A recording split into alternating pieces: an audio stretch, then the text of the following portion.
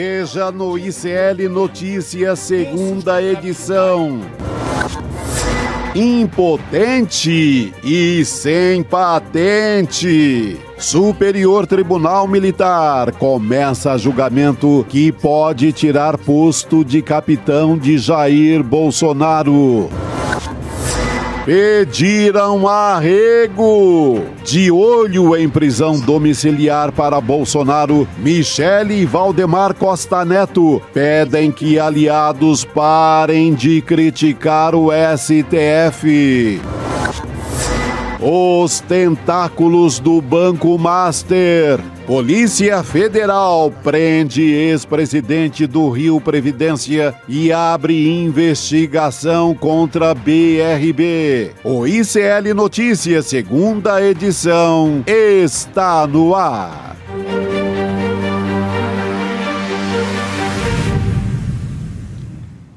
Olá, boa tarde, seja muito bem-vindo, seja muito bem-vinda. O ICL Notícias, segunda edição, está começando ao vivo em todos os nossos canais neste dia 3 de fevereiro, também conhecido como terça-feira, tudo a postos aqui no nosso estúdio em São Paulo. Chico Sá, parece que está um caos na cidade, mas aqui está tudo em ambiente controlado. Boa tarde, meu querido. Vila Mariana, tudo tranquilo, mas no noticiário não.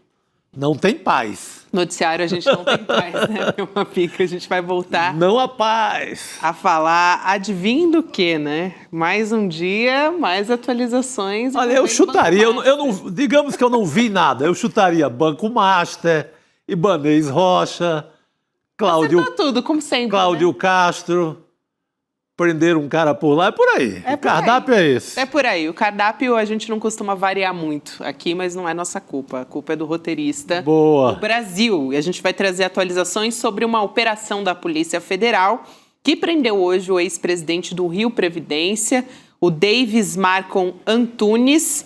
E o Davis Antunes, ele tinha deixado o comando do Fundo Único de Previdência Social lá do estado do Rio de Janeiro, no fim do mês passado, depois de uma operação da Polícia Federal justamente que investigava fraudes nessa gestão. E as investigações envolvem investimentos no Banco Master. A Polícia Federal apontou aqui, dentre várias questões que são relevantes, mas destaco aqui aplicações que colocam em risco recursos de 235 mil servidores. Chico, é muito grave e a gente chama Luiz Costa Pinto, nosso Por favor, o homem que sabe tudo de caso Master. Exatamente, meu querido. Boa tarde. Boa tarde, Gabi. Boa tarde, Chico. E gostaria de saber mais, tá? Boa. Eu preciso entrar mais nesses documentos para saber mais. Que maravilha. Não, mas, Gabi, Chico... Que é a intenção da polícia também. Diga. Que é a intenção da PF, é saber mais, né? E outra, não deixar... porque o perigo de um cara desse solto é ele interferir na investigação. Exatamente. E ele botou só 1 bilhãozinho na mão do Vorcaro. Quase nada, né? 1 bilhão, gente, no Banco Master.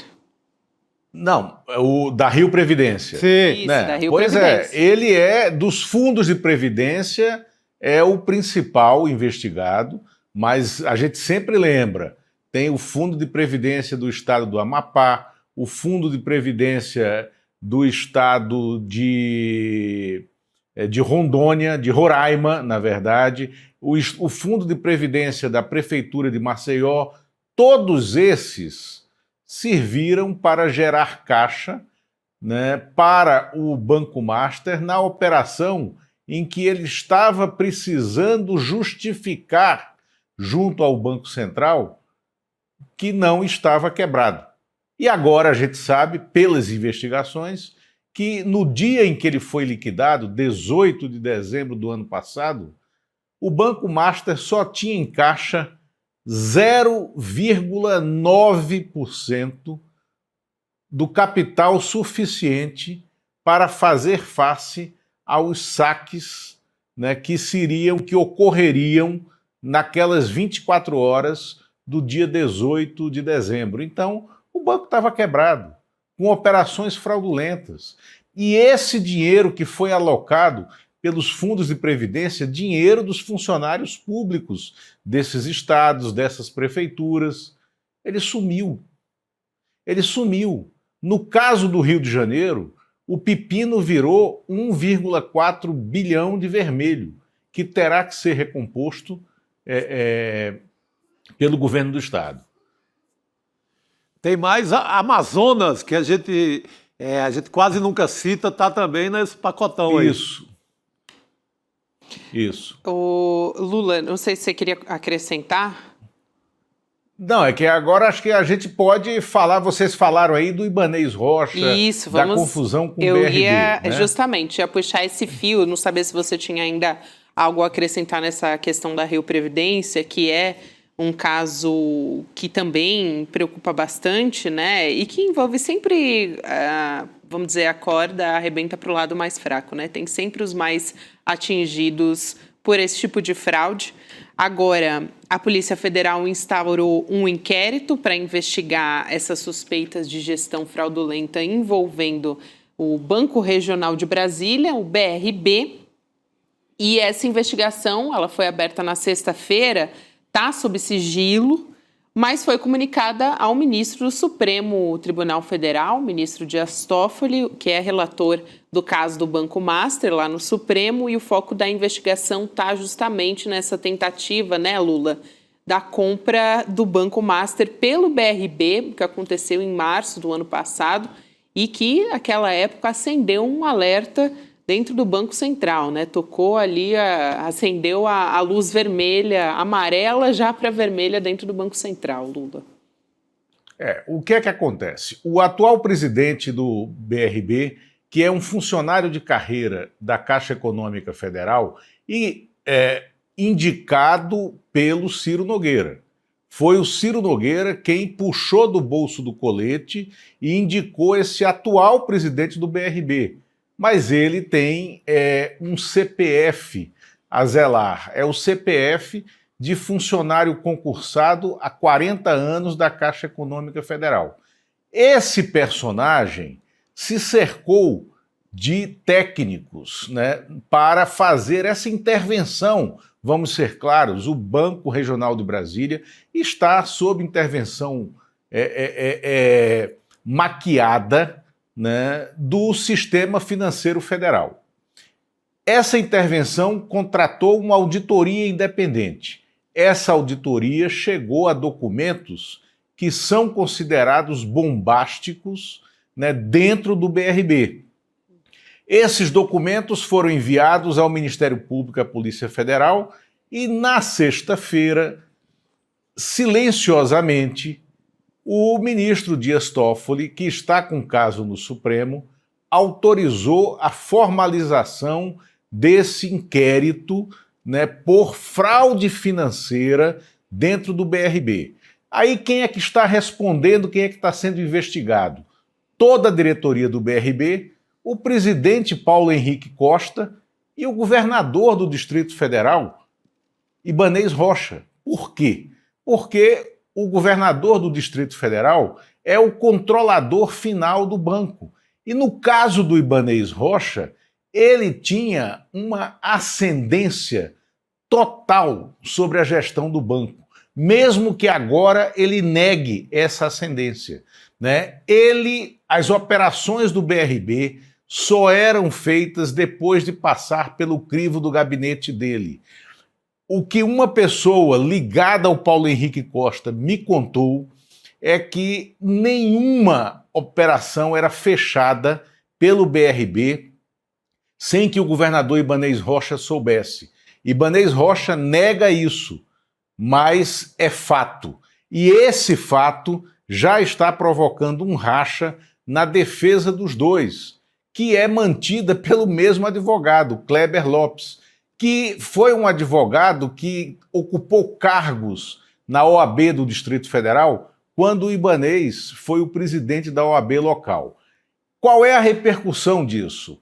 Né? Neste momento, o Ibanez, o Paulo Henrique Costa e todos os ex-diretores do BRB no período investigado, que é um período de 5 anos para trás, de 2020 a 2025, eles respondem criminalmente pelas fraudes cometidas e também com o patrimônio pessoal, né, pelos prejuízos causados. E vamos dizer, no caso do BRB, o prejuízo estimado já está em 3 bilhões de reais, mas pode chegar aos 5 bilhões de reais em operações fraudulentas.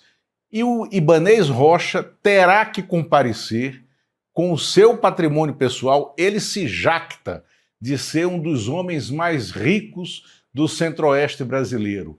Quando tomou posse em 2019, né, para o primeiro mandato, ele dizia que não queria salário como governador porque ele tinha dinheiro demais, o que é uma mentira, porque ele recebe salário, né? Pode até doar, mas ele recebe, e isso é mentira.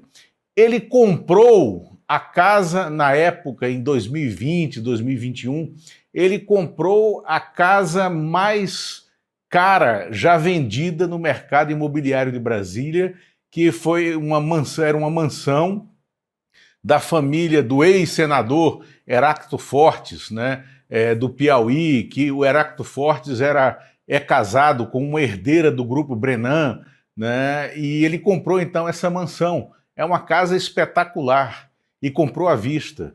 Então este é o personagem Ibanez Rocha, que agora terá que comparecer com seu patrimônio pessoal ao fim e ao cabo dessa investigação, que já provocou, Gabi, Chico, um terremoto na política local. Ibanez não tem mais condição de ser candidato ao Senado, né? Ele seria candidato ao Senado numa chapa conjunta entre o PL, né, da Michele Bolsonaro, que seria candidato ao Senado junto com ele em Dobradinha, ele pelo MDB, a vice-governadora Celina Leão pelo PP ao governo. Essa chapa já foi desfeita. A Celina Leão não sabe se terá o apoio do Ibanez na candidatura dela. A deputada Bia Kicis, do PL, já disse que ela quer ser candidata ao Senado junto com a Michele numa dobradinha puro sangue do PL. O Ibanez está sem palanque, mas na verdade o Ibanez está sem condições, né, de ficha corrida de ser candidato ao Senado, né? E é isso que ocorrerá. E aí está ressurgindo, né, a fênix da política distrital, que é o ex-governador José Roberto Arruda, que já surge como pré-candidato a governador pelo PSD, de dado, do Kassab. Temos o Capelli, candidato pelo PSB, de bola, né? Temos o Leandro Graz, pré-candidato pelo PT, e ainda um advogado que também foi presidente da OAB, o Kiko Caputo, que disputa na mesma faixa original do Ibanez Rocha, que pretende se lançar candidato aqui no Distrito Federal, nesse eleitorado de 2.300.000 pessoas e muita confusão financeira nesse cenário do Banco Master. Meu Deus do céu. Agora, Lula, o Paulo Henrique Costa, esse pernambucano que você já deu a ficha dele em outras edições, ele segura a bucha sozinho? Ele tem o mesmo advogado, tem a mesma retaguarda jurídica do Ibanez Rocha. Ele segura essa bucha sozinho para não sobrar para o Ibanez ou não chega a tanto amor? Não chega a tanto amor, Chico. Né? É amor de boate de radiola de ficha. Né? Ele se desmancha ali quando o sol nasce. Né? Se desmancha com a maquiagem ali de manhã. Exatamente. Eu até pensei em um outro amor aqui, que uma música pop poderia muito bem dizer qual que era, mas eu vou poupar. Não, por favor, agora não, agora não. 5h47. Agora fala. Agora, por favor. Eu vou ter que Boate azul, alguma coisa assim, não? Não, é porque ele falou esse amor era outro tipo de amor. Aí tem uma música pop aí que vocês podem procurar que fala muito melhor. Boa. Mas, gente, eu quero continuar nesse assunto ainda. Não sei se vocês querem fechar essa temática mais... Peraí, não, só terminar. Claro, então já que a gente estava falando de amor, a gente está no momento de viver gargalhadas e lágrimas, né? Gargalhadas de um lado e lágrimas do outro. Exato. Boa, Porque Lula. esse amor não deu certo. Esse amor não deu certo, não segurou a onda. Não segurou a onda, boa. Ai, gente, eu quero falar ainda de Ibanez Rocha, mas trazendo aqui para essa questão da CPI do crime organizado, né? Falando em caso Master e BRB, tem esse personagem na trama que é o governador do Distrito Federal e ele decidiu recusar o convite, não compareceu hoje, né, Lula, à CPI do crime organizado. Aí a manchete na nossa tela do nosso site, ele já tinha falado, na verdade, no passado, que não iria pessoalmente, tinha indicado o secretário de Segurança Pública do Distrito Federal, o Sandro Avelar, para prestar os esclarecimentos. Só que o que aconteceu? O Avelar também não foi. Opa, vai sobrar para mim aqui? Não, Não, tô fora. de jeito nenhum. E aí, o representante enviado foi o secretário executivo da Secretaria de Segurança Pública, que é o Alexandre Paturi.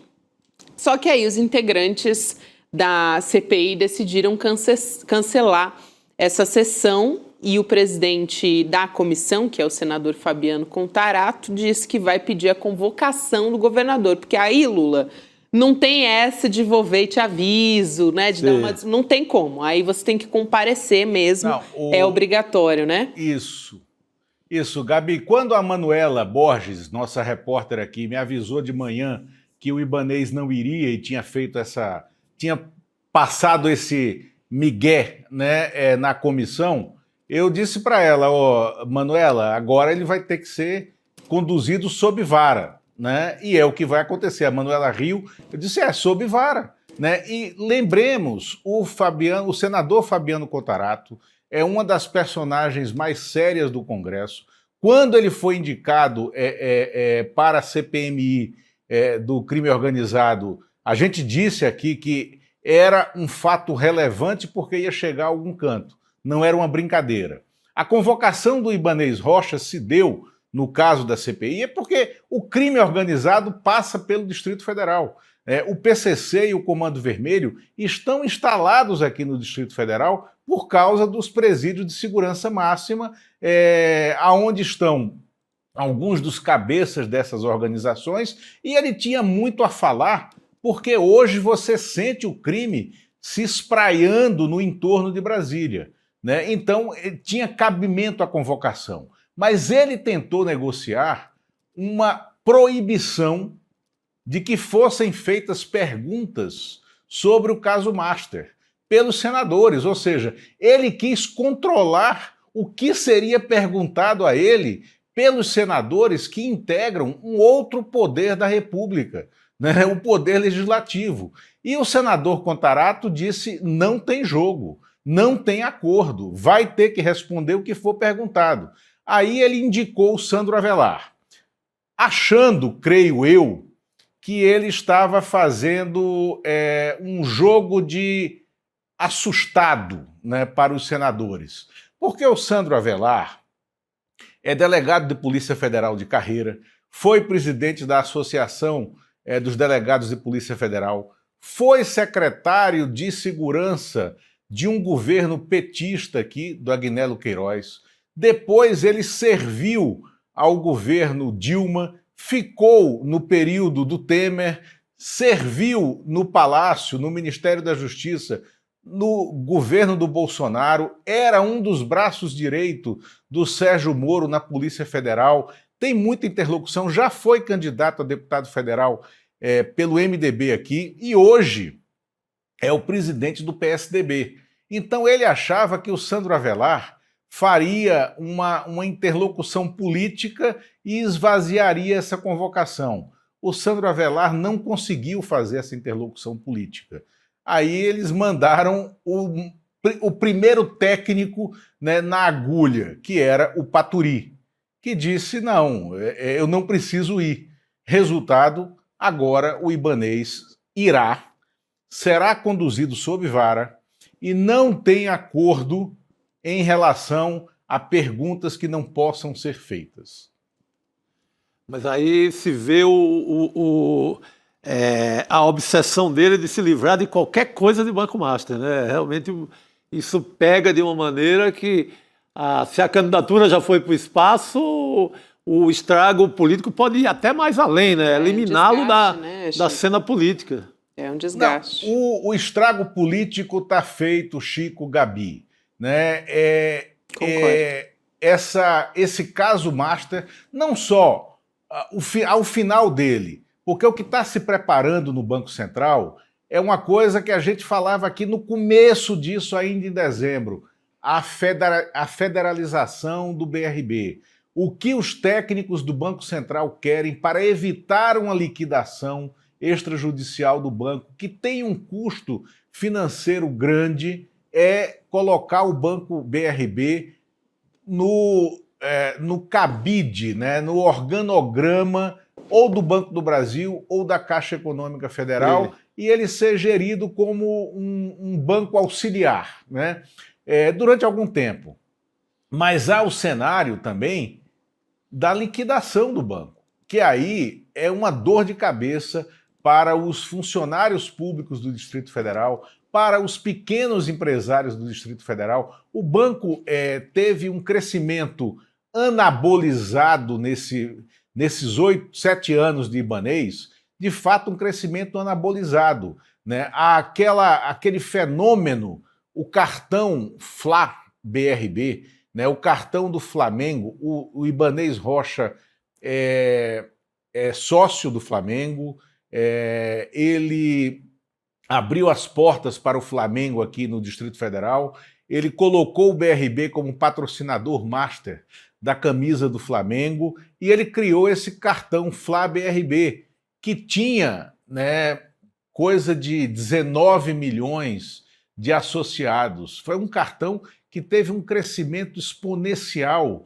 e passou a financiar diversos eventos esportivos e culturais, shows aqui no Distrito Federal. E muita gente fez o cartão BRB, se tornou cliente do BRB para usar esse cartão como privilégio de compra de ingresso, para usar a sala VIP no aeroporto de Brasília, que eles têm uma sala VIP lá, que auxilia, que dá um apoio, né, a quem tem o cartão. Então teve um crescimento realmente grande dos usuários do BRB nesse período e que colocaram suas economias lá. Eu conheço pelo menos assim umas 20 pessoas que nos últimos dias, nas últimas semanas, vêm reduzindo ou retirando totalmente os seus recursos do BRB em razão dessa insegurança do banco. E uma liquidação, ela gera essa insegurança no mercado, né? Mas o final desse processo na melhor das hipóteses, a federalização, na pior das hipóteses, para o erário e para o cidadão comum, é a liquidação. Perfeito. Boa. O Lula, tem uma outra história ainda ligada ao Banco Master. Estão vendo que a gente está trazendo várias atualizações e, de fato, é um caso que está tomando quase todo o noticiário de Brasília, né? Ontem a gente teve uma exceção porque abriu o ano legislativo e judiciário também, então outras pautas voltaram a ser colocadas aqui na nossa discussão política.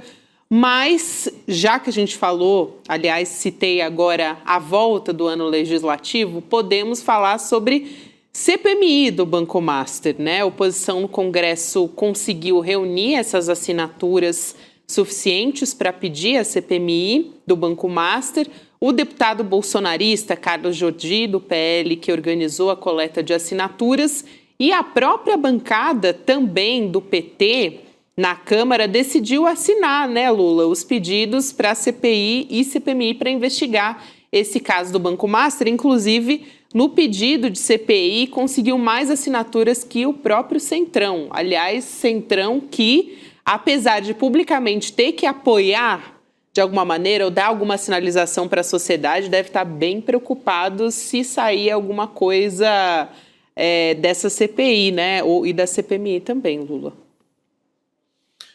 Ô, Gabi, o Carlos Jordi é o autor do pedido da CPMI, não é isso? Exatamente. Porque o da CPI na Câmara é o Isso. Rodrigo Hollenberg, que Isso. foi governador do Distrito Federal pelo PSB e ajeitou o banco, deixou ele um banco pequeno, mas um banco limpo, né? E aí o Ibanez veio e foi essa esculhambação com o BRB. A CPI já tem mais de 200 assinaturas, já foi protocolada e já entrou naquele fim de feira, né, da gaveta do Hugo Mota. Porque o Hugo Mota, presidente da Câmara, e ele pode fazer isso, já anunciou, agora à tarde, que a CPI do Banco Master entra na fila. O que isso significa? Já existem 5 CPIs pedidas ou instaladas, né, cumprindo o regimento na Câmara dos Deputados, e uma nova CPI só começa quando uma dessas 5 acabar. E não há previsão para que elas acabem, porque o Hugo Mota não quer essa CPI, justamente porque o Hugo Mota está onde está, colocado sobretudo pelo Arthur Lira, que é muito amigo do Daniel Vorcaro, que teve diversas reuniões com o Daniel Vorcaro, com Augusto Lima, nesse processo, junto, inclusive, com o senador Ciro Nogueira e o presidente do União Brasil, Antônio Rueda, que eram os abre-alas da política em Brasília para eles. Agora, a CPMI, Comissão Mista, não. Ela deverá ter o número de assinaturas rapidamente, ou já tem, né? Ela é protocolada da mesa do Congresso, que é uma entidade, um ectoplasma de Brasília, porque o Congresso não existe fisicamente, né? Ele é uma entidade teórica entre Câmara e Senado, presidida pelo presidente do Senado. Mas não há um regimento específico do Congresso. Como não há um regimento específico do Congresso, não há essa regra de CPIs. E aí houve assinaturas suficientes, então instala-se a comissão. Alguns presidentes de Senado protelam a instalação de CPMIs com assinaturas suficientes, mas já há uma jurisprudência muito assentada no Supremo Tribunal Federal de mandar instalar assim que o número de assinaturas foi atingido. Então, eu acho que essa CPMI vai sair do papel, ela contará com a presença do governo. Foi muito boa a decisão da bancada do PT de assinar essa comissão, porque CPI atrapalha governo, sempre. CPI é instrumento de minoria, mas nesse caso, né, o Banco Master era o assinador de cheques, era o emissor de notas promissórias do Centrão. Era o mantenedor financeiro desse Centrão que é contra o governo, desse Centrão que é o mantenedor dos projetos de extrema-direita, né, na política. Então, foi muito saudável para o processo que o PT aderisse a esse pedido de CPI. Muito bom. Lula, prazer ter você aqui com a gente, meu querido, nessa terça-feira. A gente se vê de novo amanhã, com certeza, com mais atualizações envolvendo o Banco Master. Lula está de olho em todos os campos ali de Brasília para trazer todos os detalhes para a gente. Valeu, querido.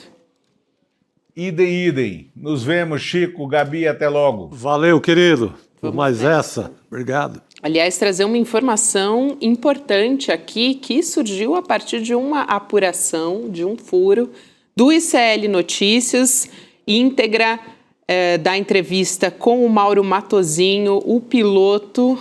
Está no nosso site, também na nossa programação do YouTube, tem vídeo também, a gente tem novidades a respeito da CPMI do INSS, que convidou o Mauro Matosinho para prestar esclarecimentos. O documento acabou de chegar aqui nas minhas mãos, aliás, nas mãos da nossa equipe, né? Importante. CPMI do INSS, então, solicitando o depoimento desse piloto que foi flagrado pela Polícia Federal com malas. O ICL dá essa reportagem com exclusividade, naquele primeiro momento chocou muita gente, mas a imprensa deu um migué ali, ninguém foi atrás para continuar uma história que começa aqui.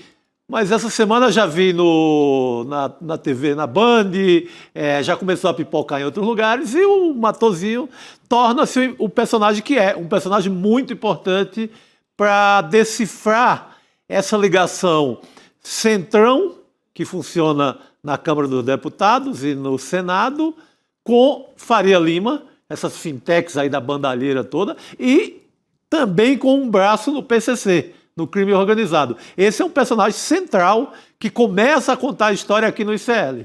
É isso, vou trazer Rodrigo Viana aqui para a nossa mesa para conversar com a gente a respeito dessa notícia que acabou de sair.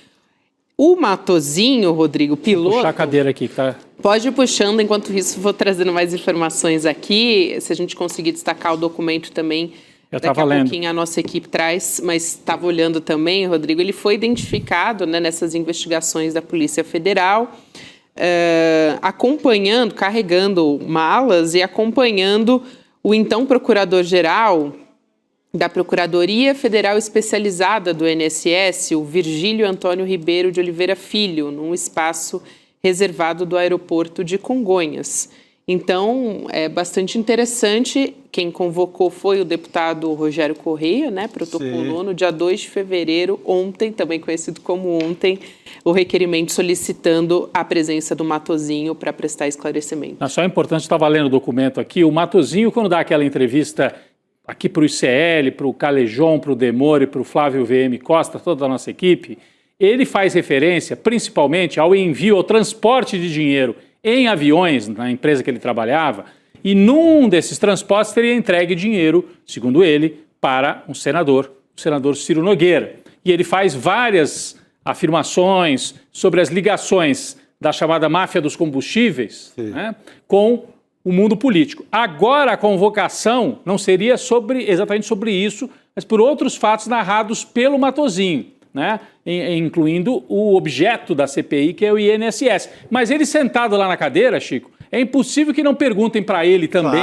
os fatos relacionados ao transporte de dinheiro. Falando em perguntar a ele, gente, só antes de passar a palavra, Chico, por favor. Acabo de receber informação aqui também de que o Matosinho estará amanhã no ICL Notícias, primeira edição. Vai ser entrevistado pela nossa equipe do N1, então importantíssimo. Amanhã, a partir das 8 da manhã, todo mundo ficar ligado, porque essas perguntas vão ser feitas também pelos o Matosinho já num novo momento, né? Porque ele é um piloto que ele transitou com esse pessoal aí do poder e da roubalheira os céus do Brasil inteiro. Sim. Ele conduzia o Beto Louco... o primo, né? O primo, que é da dupla ligada à máfia dos combustíveis. Uhum. Ele conduzia personagens como o Rueda, personagem do Centrão. Então, ele tem um mapa de voos ali que é muito revelador. Uhum. E ele começa a contar essa história aqui no ICL Notícias e está de volta amanhã com mais revelações. Ele está, inclusive, sendo processado pelo Ciro Nogueira, nesse mesmo pacote de processo que o Ciro Nogueira tentou calar também o ICL. Sim, perdeu, né? Perdeu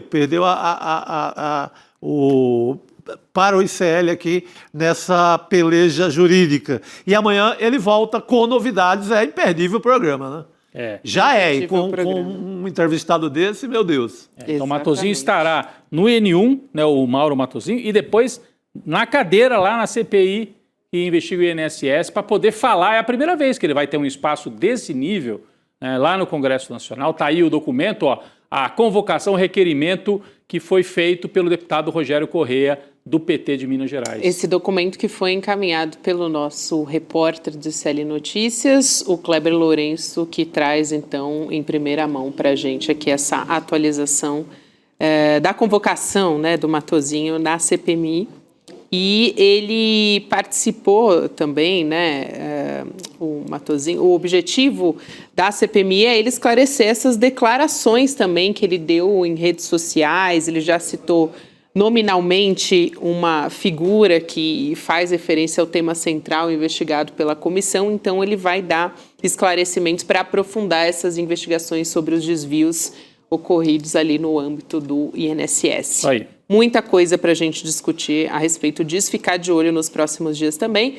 Então, a partir das 8 horas da manhã, hein, gente? Entrevista do Matosinho ao Enil. Seguimos? Seguimos, gente. Seguimos Adelante, aqui a nossa favor. pauta, que tem muita coisa a ser discutida também. Falando de eleições, gente. A ex-primeira-dama, Michele Bolsonaro, e o presidente do PL, o Valdemar Costa Neto, eles orientaram os aliados a baixar o tom das críticas aos ministros do Supremo Tribunal Federal. O Valdemar Costa Neto, vocês lembram, para vocês que estavam aqui junto com a gente na nossa programação semana passada, o Valdemar Costa Neto foi barrado no baile semana passada. Queria visitar Bolsonaro. E aí o Alexandre de Moraes, do Supremo, falou não, porque o senhor também é investigado na trama golpista, então não vai visitar o Bolsonaro na Papudinha. Senão vira o quê, né? Uma zona, né? Quer dizer, vai visitar o condenado da trama golpista. Já virou um comitê eleitoral, né? Pois é. E agora também um converscote de possíveis condenados. Exatamente. Combinar processo. Não deu para combinar, Chico, mas a esperança de baixar o tom nessa história contra os ministros é conseguir, no fim das contas, o objetivo lá na frente é conseguir uma prisão domiciliar para o Jair Bolsonaro. Então, dirigentes do partido, parlamentares também, o que circulou em conversas reservadas é que eles precisam realmente mudar o discurso e já dá para perceber uma mudança de linguagem em relação ao que eles estavam fazendo antes, né? Agora o foco é falar de garantia individual, de condições de saúde do ex-presidente Jair Bolsonaro, enfim, dignidade, por aí vai, mudou um pouco o tom do discurso em relação aos ministros. E até isso é uma derrota tremenda, né? Vamos lembrar que a família Bolsonaro dizia que para fechar o Supremo bastava o cabo e o soldado. Depois, isso quem disse foi o Eduardo, o filho que está lá nos Estados Unidos. Depois o pai, o Jair, vai para o palanque na Avenida Paulista e diz: Alexandre de Moraes, seu canalha, eu não cumpro mais nenhuma determinação do Supremo Tribunal Federal. E agora ele não só cumpriu, como foi para a cadeia, como está pedindo para a mulher um arrego. Pelo amor de Deus, parem de falar mal dos ministros, eu não consigo ir para domiciliar. Então, para quem gritava, vociferava e dizia que ia fechar o Supremo. É uma mudança e tanto de tom, né? É uma derrota, botaram a viola no saco e estão tentando se salvar, Chico. Vamos trazer o nosso convidado para conversar a respeito desse e outros assuntos aqui, que é o presidente do Instituto Locomotiva, o Renato Meirelles. Renato, um prazer te receber mais uma vez. Bem-vindo. Gabi, Rodrigo, Chico, que prazer enorme estar aqui com vocês no ICL Notícias. Sempre um prazer tentar ajudar um pouquinho a olhar a política pelo olhar do eleitor, pelo olhar do brasileiro comum. Sempre ajuda muito, Renato. Vamos embora.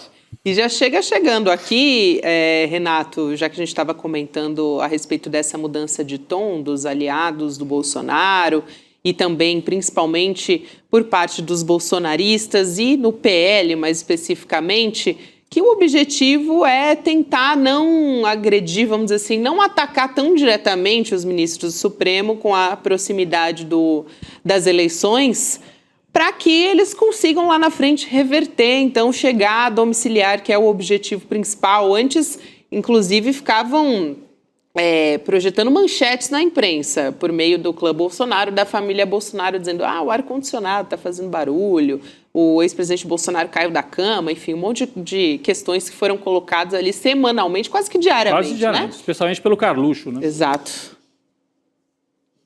Olha, tentando olhar aí pela lógica do eleitor, pela perspectiva do eleitor, é muito mais fácil, Gabi, ter uma campanha.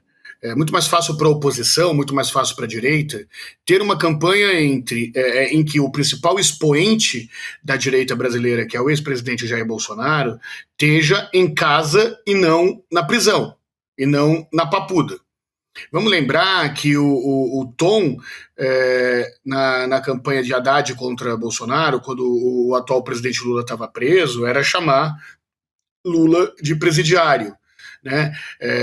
Vamos lembrar que o Bolsonaro chegou a chamar Lula a expressão era algo como, o Haddad, em 2018, algo como marmita de bandido, marmita de presidiário, uma expressão meio chula, assim, utilizada pelo Bolsonaro contra o atual ministro da Economia, Fernando Haddad, exatamente porque se sabe o peso que existe na imagem de qualquer candidatura, quanto o principal expoente da sua corrente política está preso. O Lula foi em Curitiba, agora o Bolsonaro na Papuda.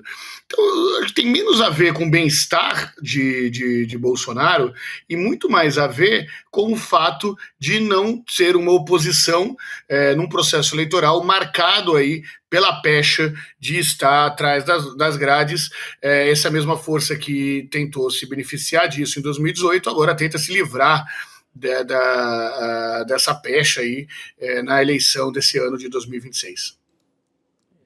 Agora, a família Bolsonaro tem essa questão de tirar o Jair da cadeia e tem a outra questão que é como construir a candidatura do Flávio, né, Renato? E na construção da candidatura do Flávio, a Michelle, que é tão importante na articulação de uma espécie de um arrego, né, ali com o STF, e ela tem conduzido isso, feito reuniões, etc., na outra parte, que é a candidatura, ela não se engajou, né? Como é que você faz a leitura disso? Acho que o Chico quer comentar isso também. É só reforçar, não se engajou no que ela é mais forte, em rede social e nada. Pois é, um levantamento de Nem hoje. nas viagens dela com o PL Mulher também não. Ela não cita. Não existe o personagem Flávio Bolsonaro. Eu acho incrível isso. É como se estivesse ainda em busca de um candidato. Tem um buraco ali na comunicação, qualquer comunicação dela, assim. Ela não tem candidato. Eu acho incrível porque... É incrível não, assim, a gente está lendo. É crível porque está acontecendo, mas de certa maneira surpreendente porque ela vai ao encontro do Jair semanalmente, às vezes 2, 3 vezes por semana. Ela é a principal interlocutora na cadeia. Sim. Ela tem esse papel de confiança, né, Gabi? De ir falar com os ministros para ver se aliviam, mas na hora da estratégia política... Aí ela não segue a estratégia política do clã, isso mostra... Ela boicota, né? É um boicote, porque... Eu acho que tem uma discordância muito clara ali, né? Tem, então, isso que eu queria ouvir do Renato. Ele tem a experiência de fazer a leitura dos sinais também da política, né? Ela é um levantamento feito pelo UOL. Nenhuma postagem do PL Mulher, que é conduzido por ela nas redes sociais, e nem na conta dela. Não existe o Flávio Bolsonaro. Não, mas já existiu o Tarcísio, né? Já existiu o compartilhamento de vídeos do Tarcísio de Freitas, que agora diz que não vai mais ser candidato. Então a Michelle está se fazendo, por enquanto, de desentendida. Como é que você faz a leitura disso, Renato, saindo da estratégia judicial para a estratégia política aí da família? A Michelle Bolsonaro, entre todos esses personagens da direita, é a que melhor tem capacidade de trazer o bônus do bolsonarismo sem ter o ônus do bolsonarismo. Do ponto de vista de imagem, o Flávio Bolsonaro vai ser ligado às rachadinhas, o Flávio Bolsonaro vai ser ligado... É muito difícil, até fisicamente ele é muito parecido com o pai, fisicamente mais se assemelha ao pai, então ele também transporta o ônus do Bolsonaro. A Michelle não, ela tem uma imagem, sem entrar no juízo de valor, se é verdadeiro ou não, mas ela tem uma imagem muito mais leve, ela tem uma imagem muito mais ampla. Nós já discutimos aqui no ICL Notícias, inclusive, o quanto que a postura que ela teve lá no Ceará, né, de não voltar atrás aí, num eventual apoio que o PL pudesse dar à candidatura do ex-ministro, ex-governador Ciro Gomes, ela manteve essa sua independência. Eu estou dizendo isso porque eu estou buscando uma coerência no posicionamento da Michelle Bolsonaro. É uma coerência de ser vista como alguém independente, bolsonarista sim, e tem no Bolsonaro ao prestar solidariedade ao marido, mas um pouco mais protegida desse ônus agressivo que existe na família Bolsonaro. Então, me parece que o PL faz pesquisa, me parece que o PL sabe essa diferença entre essas duas personagens, essas duas personagens dentro da família Bolsonaro, que está vendo uma disputa por um protagonismo aí frente ao eleitor. E talvez a Michelle se guardando para, se lá na frente o Flávio não emplacar, ela ser uma alternativa, né, sem ter cedido, assim, sem ter se entregado totalmente para a candidatura do Flávio. E depois, né, Chico, passando a palavra para você também, depois que realmente se oficializou o Flávio e de que o Bolsonaro exigiu até que o Tarcísio demonstrasse publicamente, né, demonstrasse um apoio público, a Michelle também não apoiou o Flávio, mas não demonstrou mais apoio ao Tarcísio. Ficou na dela, né? Foi meio que... Ela, em momento algum, ela, primeiro, demonstra, assim, nenhuma passionalidade em relação ao Flávio. Ela omite qualquer apoio. Ela não faz um serviço importantíssimo, seria a ponte do Flávio com a igreja. O Flávio é o noticiário que diz tem dificuldade no momento de ser o candidato maior da igreja mesmo. Ele não consegue, embora ele esteja ensaiando dentro da dramaturgia evangélica, todos os sinais, a simbologia inteira, ele tem usado muito para ver se chega, mas não chega. A Michelle seria um passaporte muito fácil. Bastaria um sinal dela ou uma ida à igreja, entregaria ele ali nos braços do mundo evangélico. Não aconteceu nenhum sinal desse. Ela se diz candidata ao entorno dela, se diz, o PL diz que ela é candidata ao Senado por Brasília, mas pode ser também, não é, Renato? Essa pode ser uma reserva de luxo para essa candidatura, não é uma candidatura muito festejada no momento, nem dentro do PL. É isso. Ô Chico, vamos lembrar que poucos campos políticos contaram com um acaso numa eleição presidencial quanto a família Bolsonaro, a partir do episódio da facada do ex-presidente. Em política tudo pode acontecer, então é mais do que uma reserva de luxo. Ela está disputando um ponto político, entendendo que tudo pode acontecer no meio do caminho, no meio dessa trajetória do senador Flávio Bolsonaro rumo à presidência da República. Eu lembro que nós também já comentamos aqui no ICL que a candidatura do Flávio era uma candidatura feita para valer. Era para valer porque interessa ter um grande puxador de votos para ter uma maior bancada do PL, que no limite é o que interessa para o Valdemar. Sim. Mas, o que interessa para o Valdemar Costa Neto? Fundo partidário, e para isso precisa ter uma grande bancada de deputados, e nada melhor para ter uma grande bancada de deputados do que um puxador de voto com o sobrenome Bolsonaro. Então a candidatura do Flávio sempre apareceu aí, por mais que a imprensa no passado tenha dito diferente, como uma candidatura para valer, e a candidatura de Michelle parece muito mais num cenário de composição maior aí, com algum governador que se arriscasse na candidatura ao Planalto, né? Ninguém fala de verdade, ninguém fala muito sério da Michelle como candidata, mas muita gente já falou da Michelle como vice. Boa. Renato, eu quero trazer o lado progressista também da história. Agora há pouco a gente estava comentando sobre o Haddad, né, o ministro da Fazenda, que deve sair da pasta em breve, porque já disse que está na articulação da campanha do presidente Lula à presidência, mas ele disse hoje que ainda está discutindo com o presidente Lula a possibilidade de disputar algum cargo político em São Paulo. Aliás, nos bastidores, o que sabe é que o Lula está tentando convencer o Haddad realmente a disputar. E ele vinha, principalmente a governo do estado, ele vem com uma resistência bastante grande. Mas ele se pronunciou publicamente à Band News FM, dizendo que quer atuar na campanha à reeleição do Lula, sem se candidatar em 2026. Já tinha anunciado que sairia da pasta e agora vai acontecer mesmo nesse mês. E o PT e o Lula estão tentando convencê-lo, né? Durante a entrevista, o ministro também ressaltou que já concorreu em outras eleições pelo PT, sinalizou que para disputar uma eleição é necessário estar animado e convicto de que vai contribuir com o pleito. Vou trazer mais uma aspa aqui do Haddad na tela, ele dizendo o seguinte: eu gostaria de participar da campanha do presidente, é isso que eu acho que eu vou fazer de melhor, porque penso que temos que elaborar um bom plano para os próximos 4 anos. Não é um plano de mera continuidade, é um plano qualitativamente mais exigente em virtude de tudo que está acontecendo no mundo e das oportunidades que se apresentam para o Brasil. Eu estou conversando com o presidente sobre a eleição, vamos ver quem convence quem. Aqui ele deixou claro que realmente é o presidente Lula que vem tentando convencê-lo. Agora, é um cenário difícil para ele no governo do estado, né, Rodrigo? E no Senado tem a Simone Tebet já para ser a candidata, né? Não, eu ia fazer justamente a pergunta para o Renato se ele acha que o Haddad emplacaria, acha assim, com base em pesquisa, não é só em achômetro, em leitura de dados, né? Que o Haddad teria mais chance de emplacar como um candidato a governador, e ele já perdeu, mas fez um bom papel, perdeu numa distância que permitiu ao Lula... Perdeu dando a vitória ao Lula. Isso, fez um bom papel.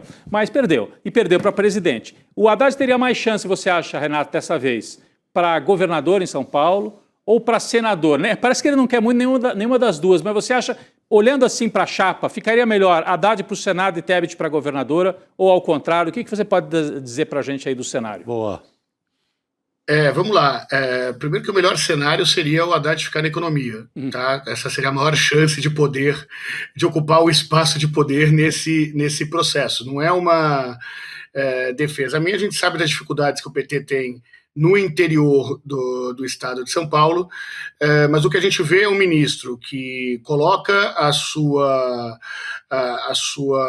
história, a sua militância a serviço de um projeto maior, de um campo progressista que hoje ocupa a presidência da República.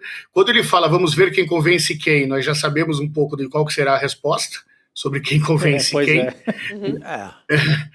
Mas as chances eleitorais de Haddad em tese, seria maior na candidatura ao Senado, já que são 2 vagas a serem ocupadas no Senado. Agora, o que acontece, Rodrigo, do ponto de vista eleitoral? As vagas de senador são muito puxadas de voto pelo governador, pelo candidato a governador. Tanto que, historicamente, o que as pesquisas eleitorais mais erram são os candidatos a senador. Senado, verdade. Ainda mais em momentos que tem duas candidaturas. Né? Então, a Tebet tem que superar muito o potencial de votos dela em São Paulo para conseguir arrastar com ela, para tentar evitar uma vitória do governador Tarcísio no primeiro turno. Só vamos deixar claro que, do ponto de vista eleitoral, o Tarcísio é o favorito, se for candidato à reeleição, tá? E ser favorito é olhar a pesquisa. Ser favorito não quer dizer se a gestão é boa, a gestão é ruim, é só olhar as pesquisas. O Haddad teria mais um potencial maior aí. Há a candidatura no Senado, já que ocorre 2 vagas, mas nós já tivemos bastante um número grande. Nós tivemos uma não reeleição do ex-senador Eduardo Suplicy, por exemplo, eleições mais fáceis de pessoas conhecidas politicamente, em especial no campo da esquerda, que não conseguiram se eleger para o Senado. Também já tivemos a Marta Suplicy eleita para o Senado, Suplicy na outra tentativa, mas o fato é que o cenário eleitoral de São Paulo, para um projeto de São Paulo, a eleição não é algo favorável. Agora, como vocês disseram, e eu concordo, para ter voto para o Lula, para a reeleição do Lula, o melhor cenário seria a candidatura de Fernando Haddad ao governo do Estado. E ele sabe disso também, só reforçando aqui, alguém comentou no chat, aqui, Wagner, precisamos muito fortalecer a presença no Senado, é muito importante. Ele está falando aqui da presença progressista no Senado, porque justamente a extrema-direita quer conquistar mais cadeiras para conseguir viabilizar suas pautas e principalmente questões como, por exemplo, o impeachment de ministros do Supremo Tribunal Federal. Renato, Chico e Rodrigo, ainda falando de eleições, semana passada a gente comentou de uma mudança no cenário da direita e da extrema-direita, que é o PSD nessa jogada, com presidenciáveis, que ainda não se definiu o nome, do PSD, Ratinho Júnior, Ronaldo Caiado e Eduardo Leite. Agora aparece uma nova apuração, que é da CNN, de que esses 3 podem estar sendo usados, governadores, como moeda de troca em uma articulação política que levaria o presidente do PSD, portanto Gilberto Kassab, a concorrer a vice-governador de São Paulo na chapa do Tarcísio de Freitas. Então, vamos entender essa história, só reforçando aqui uma apuração da CNN do Matheus Teixeira. O Kassab, ele tem dado diversas declarações sobre isso. Semana passada tirou foto com os governadores, disse que ainda não fecharam consenso em quem vai ser esse nome, mas o PSD teria um candidato próprio publicamente nas declarações, só que nos bastidores a leitura está sendo meio diferente. Tem uma suspeita de que o presidente do PSD, o Kassab, esteja, na verdade, se fortalecendo e pavimentando um caminho futuro para apoiar o Flávio Bolsonaro, enquanto negocia a entrada dele próprio na disputa. Então, é uma manobra que tem a ver com o sonho histórico do Kassab de estar no governo do estado de São Paulo e, ao mesmo tempo, ele poderia assumir o governo, de fato, em 2030, porque o Tarcísio sairia para disputar a presidência lá na frente e o Kassab poderia ocupar esse lugar, né, como governador. Enfim, é uma leitura nova que está surgindo também. O que me admira nessa leitura é assim, o Kassab não tem poder ainda para ser vice do Tarcísio em São Paulo, com 6 governadores, com tudo que dizem que é o gênio da articulação política do Brasil. Ele precisaria de todo esse esforço, fazer esse teatro com o Ratinho, com o Caiado, com o Caiado, né? para Ele não ia ficar muito feliz com isso. Uma vaga de vice. Eu acreditava, pela visibilidade no noticiário e pela a forma como ele é definido como gênio da política, eu imaginava que ele já seria qualquer coisa que ele quisesse. Principalmente vice. Vice do Tarcísio. Eu acho que ele tem cacife para ser vice do Lula, para criar um novo desenho e pular para vice do Lula, quanto mais do Tarcísio. Renato. Bom, vamos lá, né? É o Kassab. E o Kassab é conhecido por ter uma boa leitura política e uma leitura melhor ainda para quem sabe ler o Kassab.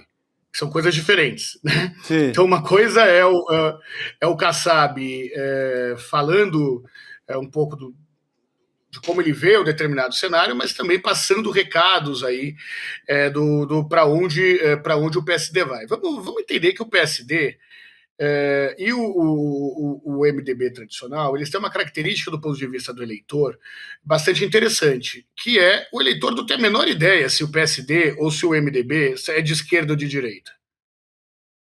Você tem o PSD no Nordeste que tem posturas mais progressistas, o PSD do sul do país que tem posturas mais conservadoras, assim como a ida do Caiado para o PSD também tem uma postura conservadora. E por que isso é importante? Porque só funciona ou sem ter candidatura ou com candidato sem chances de ganhar. Para quê? Para fazer bancada. Vamos lembrar que foi o PSD que foi o partido, aí um dos grandes vencedores das eleições municipais. Qual o PSD? O de esquerda ou o de direita? O mais progressista ou o mais conservador? Nenhum, só o PSD. Porque diferente do PL, que é nitidamente de direita, e do PT, que é nitidamente de esquerda, o PSD está nesse limbo aí. Então, Chico, eu concordo contigo que ele pode negociar o que for, na esquerda ou na direita, sobre esse processo. Isso é da natureza do PSD e é da natureza dos eleitores que escolheram o PSD nas eleições municipais, que não foi pelo partido. Foi exatamente por essa fragmentação ideológica. Né? Vamos lembrar que o Kassab conseguiu estar em 2 governos. Sim, só para tentar fazer um resumo, o que ele estaria fazendo, segundo essa interpretação agora, é fingir que tem candidato próprio à presidência da República, com isso dar uma assustada no lado da direita do Flávio Bolsonaro e dizer, ou vocês sentam comigo para conversar, ou eu complico a vida de vocês. Eu lanço um candidato aqui que vai tirar alguns votos do Flávio Bolsonaro, ou muitos, no primeiro turno, e eu posso até me declarar neutro num segundo turno. Exato. E aí o Lula... O Flávio já deu umas declarações na semana passada, Rodrigo, dizendo que apoiaria mais um candidato na direita, que isso ajudaria a... Ele deu uma disfarçada ali, né? Eu acho que sim. Porque se tem outro candidato à direita, já significa que ele não é um grande candidato. Pois é. Então acho que tem... É isso, ele coloca vários nomes na mesa. Também quem tem 3 não tem nenhum, né? Ele não escolhe nenhum dos 3, deixa o Ratinho, o Eduardo Leite. E aí, realmente, a Gabi tem razão. O Ronaldo Caiado, que troca de partido, vai para o PSD, com a promessa de que ele pode ser o nome para presidente ou para vice, se for usado para uma estratégia do Kassab virar vice-governador, vai ficar realmente muito satisfeito, hein, Gabi? Ele começou a investir em conteúdo conteúdo pago nas redes sociais agora, acabou de começar. Começou a gastar dinheiro. Né? Começou a gastar dinheiro, começou a tentar nacionalizar a imagem dele, né? A popularizar, se comunicar com a população e aí... Vamos ver, essa leitura é uma leitura possível, como disse o Renato, o Kassab tem que ser especialista em leitura do Kassab. Do kassabismo aí. É o kassabismo, é isso. Exato. Aqui eu não sei se o Renato quer comentar, mas só para acrescentar nessa informação sobre os conteúdos pagos do Caiado? Só para a gente ter uma ideia, tem uma apuração aqui da Veja mostrando que o Caiado direcionou os anúncios da Meta, que é dona do Instagram e do Facebook, para 14 estados, incluindo São Paulo, Rio, Paraná, Rio Grande do Sul, os 2 últimos governados pelos concorrentes, entre aspas, dele, que são do mesmo partido, né? O Eduardo Leite e o próprio Ratinho Júnior.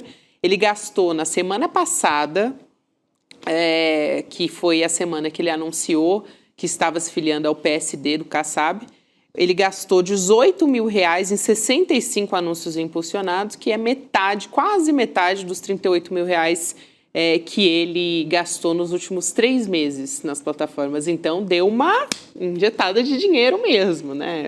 Mas é mixaria isso não é para eleger ninguém, não. 18 mil não, não dá nem para vender esses cursos aí que se vê na internet. Quanto mais uma candidatura nacional. Eu acho que ele não é candidato, né? Ele vai fazer esse teatro todo aí. Se o Kassab tem um candidato, vai ser o Ratinho. Ele tem dito isso desde o começo da história, ele ensaia muito. Ratinho não perde nada com isso, torna o nome nacional, faz bancada, para ele não é derrota alguma, e bate com a tese aí do Renato que realmente o Kassab gosta de um derrotado com alguma substância. Para fazer bancada. Para segurar uma bancada. É isso, Renato. Você quer comentar? Desculpa, não sei se eu... Não, só esse é o xadrez político. Nós só vamos saber o que vai acontecer em abril. Então, só para não ter muita dúvida, mesmo uma eventual candidatura de Fernando Haddad não será dada agora. Vamos esperar até os 48 do segundo tempo para lançar o Haddad a algum cargo aqui em São Paulo. O que eu já vi nas minhas idas a Brasília, nas conversas, é que os dois estão falando a verdade. O Lula quer que o Haddad saia e o Haddad não quer ir. São 2 verdades absolutas. A questão é quem tem o maior poder de persuasão um com o outro. O que eu posso dizer é que um deles já foi 4 vezes presidente da República. Exatamente, né? Eu acho que a gente não tem dúvida de quem é um excelente convencedor, se é que dá para transformar isso em verbo, já há bastante tempo, né? Tem um poder de persuasão bastante particular. O feitiço está mais para um lado aí. Eu apostaria no que já se elegeu um bocado de vezes. Boa, Chico. Obrigada, Renato. Um prazer te receber aqui mais uma vez no Unidos. Um beijo enorme, Gabi. Um abração, Rodrigo. Chico, até a próxima. Valeu, querido. Obrigado. Até a próxima. Lembrando, o Ciro Nogueira mesmo disse que não gosta de conversar com o Lula, porque ele entra na sala e em meia hora o Lula já convenceu ele de que ele tem que ficar a favor do Lula. Então, por esse critério, o Haddad Imagina o Haddad, então. Como disse, eu ouvi de um deputado, a hora que o Lula dá aquela segurada no braço, assim, e fala, meu amigo, preciso de você. O Haddad vai mudar um pouco, talvez, né? Agora, o nome da Simone Tebet, assim, eu tenho visto com muita... É coisa de rede social e de achômetro ali, meu, né? Mas eu tenho visto com muita força em São Paulo. Eu não esperava que tivesse tanta força. Eu acho que ela tem chance de entrar nesse interior, né? Que é um interior refratário ao PT. Sim. E se ela entrar... Quer dizer, aí vão perguntar, mas ela teve pouco voto para presidente. Pouco não, mas teve 5% para presidente. Mas não é suficiente para disputar um governo de São Paulo. Mas aí ela entrando como uma candidata do Lula e do Haddad, ela chega ali a uns 30%, 40% do voto. E eu senti que era forte quando o Ricardo Nunes aplica um de... Simone, você vai fazer isso, atender aos pedidos do Lula em São Paulo? Rolou um famoso sentiu o Galvão. Sentiu o Galvão, o MDB, e aí ela vai ter que trocar de partido e pode ser candidata sim, Gabi. Mas já sinalizou, a Simone Tebet está muito mais flexível a essas possíveis trocas, né? Já disse que está ali à disposição do presidente Lula, ao que ele decidir, né, que precisando dos meus trabalhos, eu vou. Foi mais ou menos isso que a Simone Tebet deu como declaração. É aquele jogador, se precisar, eu jogo de centroavante, senão eu posso jogar lá atrás também. Lateral, qualquer direito, posição. Está ali à disposição do trabalho. Do professor. Isso aí, Rodrigo. Gente, semana passada a gente trouxe o Mapa da Mina aqui no Série Notícias, evento que a gente tem todo começo de ano para trazer as previsões da economia, das principais bolsas do mundo todo, juros, dólar também. Então, para você que não assistiu, ou então você que assistiu, mas quer ver de novo, quer pegar ali os pequenos, né, os micro detalhes e anotar tudo para saber exatamente onde investir o seu dinheiro sem cair em cilada, a gente falou, né, Chico Sá, na abertura do programa, a gente estava fazendo aquela brincadeira com o Lula, né? De que não era amor, era cilada. Era então, essa música, eu senti que era essa música. Não era bem essa música, mas né, nesse caso a gente pode ter licença poética de usar aqui. Então, vamos nessa. Tem essa oportunidade de assistir o replay para você que não viu ou que você que quer rever. Então, você vai em sln2.com.br para assistir essa aula com o Eduardo Moreira. Tem diversas também novidades no Investidor Mestre, que é a nossa formação de educação financeira. Vale a pena para você que quer ter condições especiais e também para aprender do zero, né, Chico? Olha, e foi uma aula com 150 mil, passou disso, né? Muita gente atento, porque é o ano mais difícil. Isso aí. É o ano mais difícil. Corre para onde? Pois é. Crise mundial, eleição no Brasil. Desconfiança desses bancos da modinha. Sim. Que muitos caíram aí nessa confusão aí, com fintechs e tal. Então, não há mais aquela confiança nessa modernidade, nesses banquinhos que você abre conta até pelo vento ali. Então, ficou mais difícil. Todo mundo dizendo, não, a onda é comprar ouro porque qualquer moeda, nessa confusão do Trump, nesse redemoinho mundial, é um perigo. Então, é mais difícil saber. É isso. Para isso que vale a pena todo mundo ficar Por isso que vale. No mapa da mina. Vamos seguir aqui, hein, pessoal? No nosso noticiário tem uma notícia importante que a gente traz, que é do Superior Tribunal Militar, que vai começar o julgamento da perda de patente dos militares condenados pela trama golpista no Supremo Tribunal Federal. O Ministério Público Militar pediu hoje ao STM que declare a perda dessas patentes, não só do ex-presidente Jair Bolsonaro, mas também dos generais que foram condenados junto com ele. Na tela a gente vê esses nomes que estão ao lado do Jair Bolsonaro, que foi condenado a 27 anos e 3 meses de prisão. Também tem o Augusto Heleno, general do Exército, assim como o Paulo Sérgio Nogueira, Braga Neto e também o Almir Garnier, esse almirante da Marinha. Se os ministros do STM entenderem, a partir disso, que eles devem realmente perder essas patentes, eles podem perder o direito de cumprir a pena em sala de Estado Maior.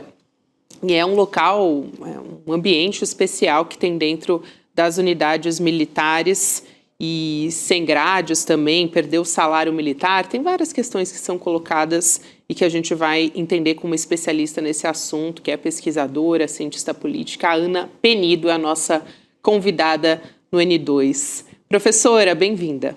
Bem-vinda.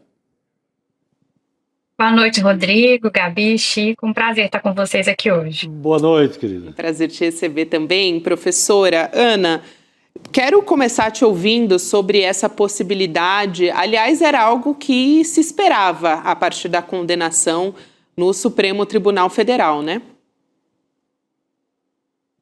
Sim. A fase posterior imaginada seria, sim, o julgamento no Superior Tribunal Militar. Eu acho que muita gente talvez esteja curioso de por que o Cid não está nessa listinha, né, das fotos.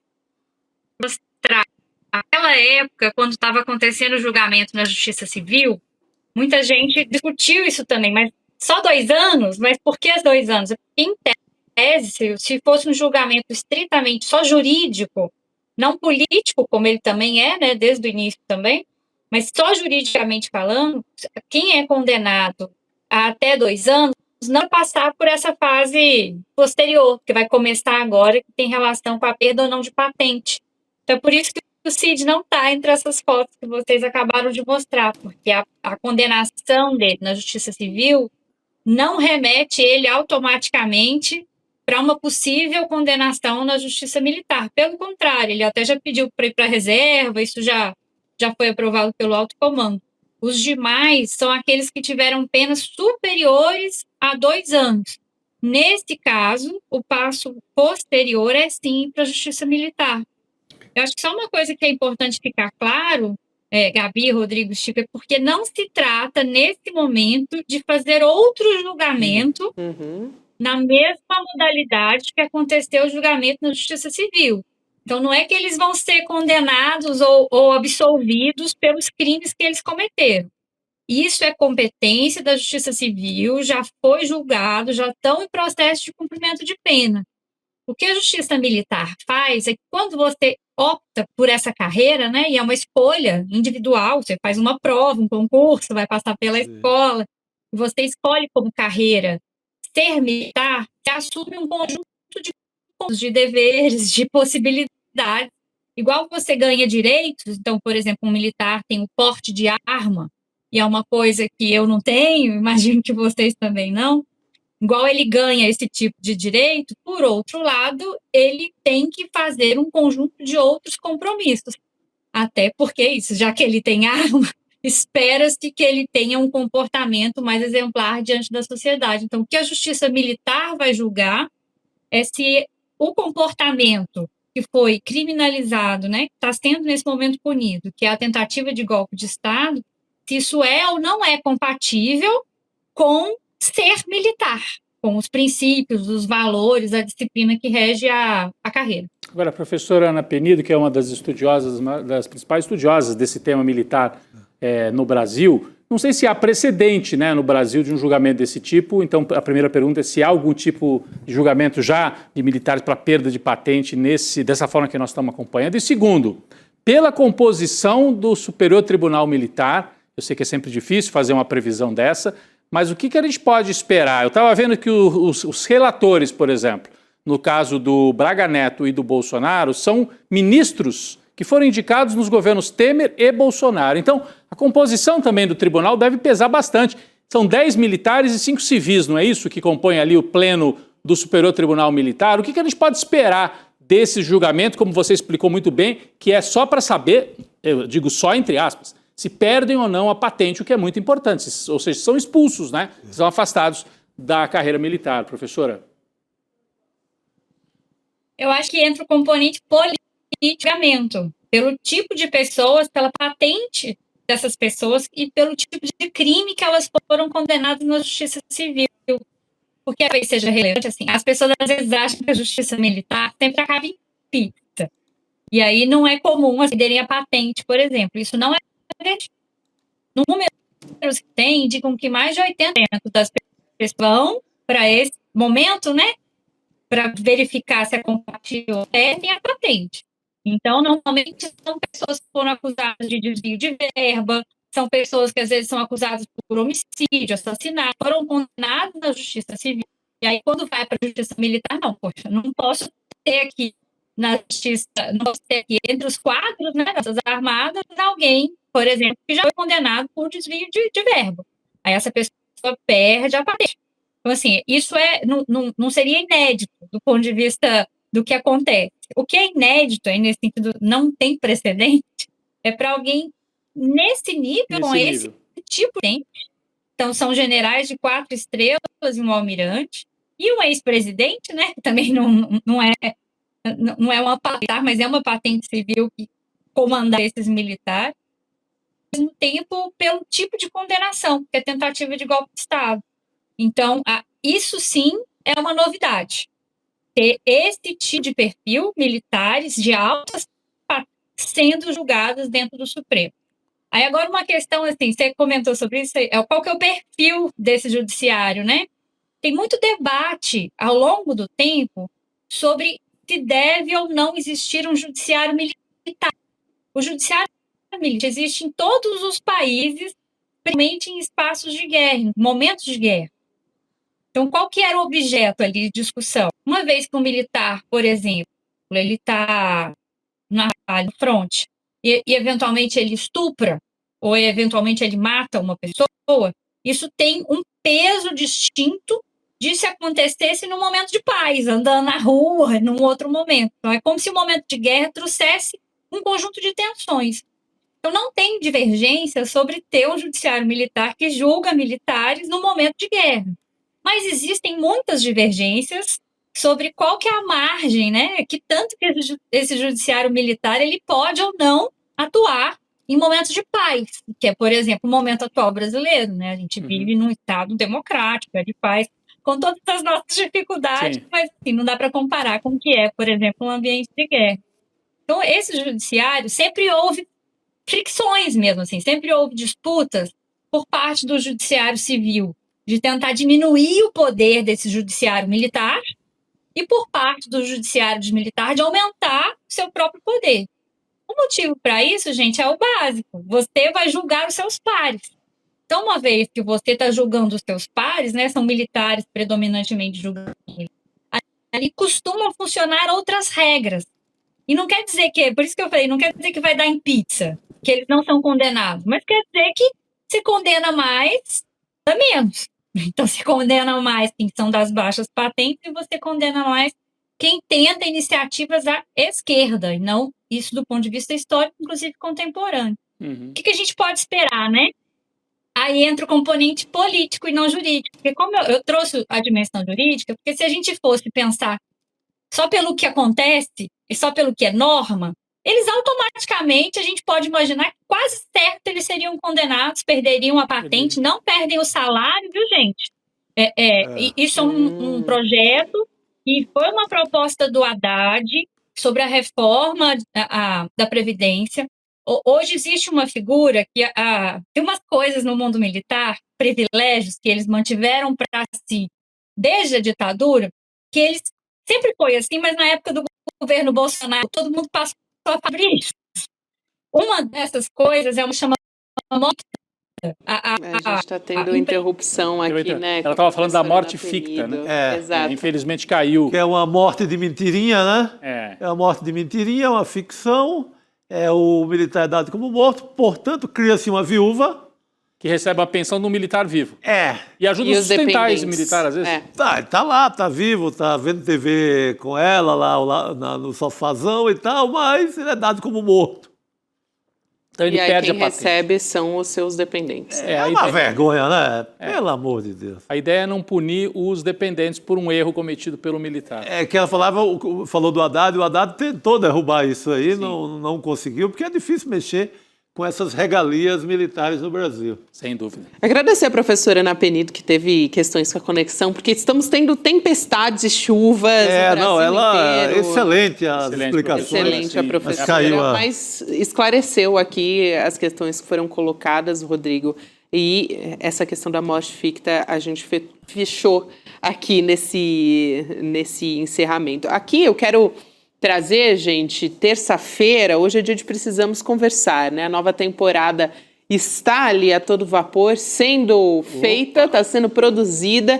Enquanto isso, a gente acompanha as principais conversas de Juliana Baroni, Açucena, Márcia Tiburi e Sara Zara, dessa vez sobre gravidez na adolescência. E tem outros debates que estão colocados nesse Precisamos Conversar, como, por exemplo, educação sexual, desigualdade social, tudo isso a gente acompanha hoje a partir das 7 horas da noite e logo na sequência. Daqui 10 minutinhos tem Precisamos Conversar também. Muito bom. Excelente. E seguimos aqui, a gente estava agora há pouco conversando sobre a perda da patente dos militares. Tem uma história, gente, de uma monitoria que foi feita por policiais militares aposentados numa escola cívico-militar no interior de São Paulo, e um dos policiais errou a escrita das palavras descansar e continência. Para quem me acompanha em vídeo, dá um zoom aí na tela, você vai ver que na lousa está registrada essa cena. Eles estavam explicando quais são os movimentos de hierarquia militar e tal, né? E enquanto um agente estava falando com os estudantes, tem outro que está ali na lousa para descrever, para escrever o nome desses movimentos, vamos dizer assim. E aí eles erraram, né, na escrita, como você está vendo aí na tela. E essa imagem foi registrada pela equipe da TV Vanguarda, que estava acompanhando o início desse modelo, a aplicação do modelo cívico-militar na escola. Agora deu para ver direitinho com o zoom da nossa equipe aí na tela. Descansar o descansar com cedilha e o continência ficou sem o N, né? Continência. É isso. Seria alguma coisa assim. Isso ainda é grave, porque a sala de aula, ao meu ver, e ao ver de quem pensa a educação no Brasil, tem que ter ocupada por professor. Claro. Sim. De repente você coloca um militar, um desses aí, inclusive, foi candidato derrotado do PL. Você começa a usar as escolas de São Paulo para despejar derrotadas em eleição para despejar militar amigo do Tarcísio, é uma pouca vergonha. Quem tem que estar na sala de aula são os professores. Ô Chico, já que você está falando dos professores, vamos fazer uma comparação dos salários também, né? Boa, porque, por favor, isso é uma excrescência. Cara. Sim, quem criou a aplicação, né, o Programa Cívico-Militar, na rede estadual, prevê que esses agentes, como esses que estavam aí na tela, eles recebam cerca de R$6.000 para uma jornada de trabalho de 40 horas semanais. E esse valor é superior ao piso que é pago aos professores no Estado. Então, acho que diz muito também sobre a falta de investimento. É vergonha, né? Diz sobre a estratégia, o que esse governo Tarcísio de Freitas quer da educação. Quando você bota... E eles têm uma cartilha que é assim, para proibir cabelo de tal jeito. Imagina o que não vai dar de preconceito nisso. Proibir cabelo, é um bedel com patente... mas você vê que, no fundo, é uma ideia política de empregar, de dar grana para esse exército todo, inclusive do PL, do Partido Republicano, desses militares que se engajaram muito na questão partidária, na questão política nos últimos anos por conta do bolsonarismo. Sabe? Numa hora que as escolas de São Paulo estão caindo aos pedaços. Numa hora que se afasta-se tudo que é professor bom no estado de São Paulo, vem essa história. Agora, sabe o que eu acho curioso? Que o discurso dessa turma aí, da extrema-direita, é que a escola moderna, o método Paulo Freire, é muita contestação, muito questionamento, e não aprendem o que interessa mesmo, que é o conteúdo. E daí, na hora de fazer o conteúdo, escreve tudo errado. Não dá, cara. Então, e outra, né? Acho que foi até você que postou num dos nossos grupos, ou nas redes, eu não lembro, Chico. Você já viu o colégio da elite de São Paulo ter educação cívico-militar? O Dante Alighieri vai botar policial lá para dar aula? Sei lá, os colégios aí da elite, Porto Seguro, jamais, ou no jamais. Rio, ou em Minas, ou em Pernambuco. Eu pergunto mais, eu conheço pelo menos umas 20 pessoas no Palácio dos Bandeirantes, porque cobri política muito tempo em São Paulo, essas pessoas que eu conheço são aliadíssimas ao Tarcísio, e eu incluo o próprio Tarcísio. Qual deles colocou os seus filhos numa escola desse tipo? Sim. Nenhuma. Ninguém quer militar dentro da escola deles. É para pobre. Eles querem condenar a pobreza a esse tipo de professor. Um falso discurso de disciplina. O problema é a falta de disciplina. Então, o cara que quer disciplinar os alunos aprende a escrever primeiro. Seria um bom começo. Mas está tudo errado. E eles usam para justificar, né, que, na verdade, a implementação da escola cívico-militar é para melhorar a qualidade. E aí começam errando desse jeito aí. E tem mais, olha, não tem a escolha é muito política desses militares, não há um cuidado de colocar, inclusive, se o policial tem bom comportamento ou não. A deputada Mônica Seixas, do PSOL aqui de São Paulo, já está questionando, inclusive, um desses militares nessa sala de aula, que teria processos ligados, inclusive, a assédio e sedução. Então, a gente tem que ter muito cuidado no que coloca dentro da sala de aula. Tem que ser professor, professora. Claro. É isso. Já tem estudos, né, e especialistas avaliando essa implementação da militarização das escolas, mostrando que não traz resultado nenhum do que eles prometem, né? Não tem preocupação com o ambiente escolar. Zero. Se vende, enfim, não melhora a educação pública. Eles não estudaram para isso, eles não fizeram pedagogia, gente. É horrível isso. Poxa, quer colocar de guarda? Coloca lá na frente da escola. Não dentro da sala de aula. É um atraso de vida. E ainda, bom, a gente trazendo essa imagem aí, que é um retrato, né, do que os alunos estão sendo submetidos. Eles estão justificando, claro que tiveram que responder, né, a Secretaria da Educação diz que todos eles vão ser submetidos a processos semestrais de avaliação. Vamos seguir aqui, ainda tem tempo para a gente trazer uma notícia internacional, gente. Opa! É uma coisa assim, impressionante para quem ainda tem a capacidade de se impressionar com o Donald Trump. Eu acho que eu já perdi essa capacidade, gente. Mas o presidente dos Estados Unidos recebeu hoje na Casa Branca o presidente da Colômbia, o Gustavo Petro. Eles conversaram por mais de 2 horas, encontro que acabou não sendo uma armadilha. Existia essa expectativa que poderia acontecer isso. Já caíram, por exemplo, o Cyril Ramaphosa, né, da África do Sul, e outros presidentes Zelensky, também. O próprio Zelensky também, da Ucrânia, já passou por isso, por uma situação de humilhação na Casa Branca, junto com o Trump na frente da imprensa. Mas teve até presente, Rodrigo e Chico, do Trump para o Petro. A gente vai colocar aqui na tela um cartãozinho que o Trump assinou ali. Diz que foi uma grande honra e ainda soltou um "Eu amo a Colômbia". Tá aí na tela, junto com a fotinho deles apertando a mão. Que fofo, hein? Fofinho o Donald. Tomara que signifique, pelo menos esse cartão significa assim, não vou mexer lá nas tuas eleições. Sim, daqui a pouco a eleição. Se valer pelo menos para isso, que é o que eu espero aqui no Brasil também, dessa boa relação com o Lula. Pelo menos não vou fazer uma interferência muito pesada no teu país durante o processo eleitoral. Se valer essa assinatura para isso, já está bom. Lembrando que o Trump tinha chamado o Petro de traficante, de chefe de tráfico. Sim. E o Petro, que também gosta de ir para o embate, chamou, quem está me acusando é o clã dos pedófilos. Chamou o Trump, por exemplo, de pedófilo, né, pelas ligações dele com os abusos sexuais do caso do Epstein. Aliás, essa nova divulgação, né, desses milhões de documentos está envolvendo muito mais gente. Daqui a pouco não vai sobrar nenhum. Não, mas eu acho curioso, assim, eles trocaram essas farpas pesadíssimas, mas hoje foram lá, se cumprimentaram, e o Gustavo Petro leva para casa esse bilhetinho fofo do Donald Trump. I love Colombia. Não dá para saber o que esperar mesmo. Não tem como saber. Quando se trata do Trump, não tem como. Pessoal, hoje, depois do Precisamos Conversar, que vem na sequência, teremos Espiritualidade na Ação, do Frei Davi, o Caio Fábio e também o professor Marinho Soares. Reprise também do Espiritualidade que você acompanha aqui na nossa programação. Vambora? Opa! Liberados, então. Terça-feira com dignidade, né? Com noticiário. Alguma dignidade. Com muitas atualizações lá de Brasília. Amanhã a gente traz novidades também. Amanhã tem a assinatura daquele projeto antifeminicídio. Tem novidades a respeito disso. Importante. E outras notícias que a gente vai trazer aqui também na nossa programação. Pessoal, boa noite. Chico, valeu. Rodrigo.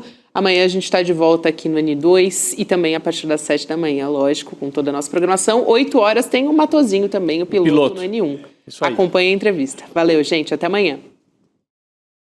Uau, que evento foi o Mapa da Mina, dezenas de milhares de pessoas aprendendo de uma maneira super simples, super fácil o que está acontecendo nos mercados, o que está acontecendo na economia do Brasil e do mundo e aprendendo também como elas podem navegar, seja com seus investimentos ou com seus negócios, nesses momentos de incerteza, nesses momentos de turbulência. Foi maravilhoso e os comentários não param de chegar. Era um evento que não teria replay, mas muita gente está pedindo para assistir de novo, para fazer mais anotações, né? E também para chamar amigos e amigas para assistir. Se você quer aproveitar essa chance, a gente liberou o replay do Mapa da Mina por um período bem curto, mas dá para assistir ainda.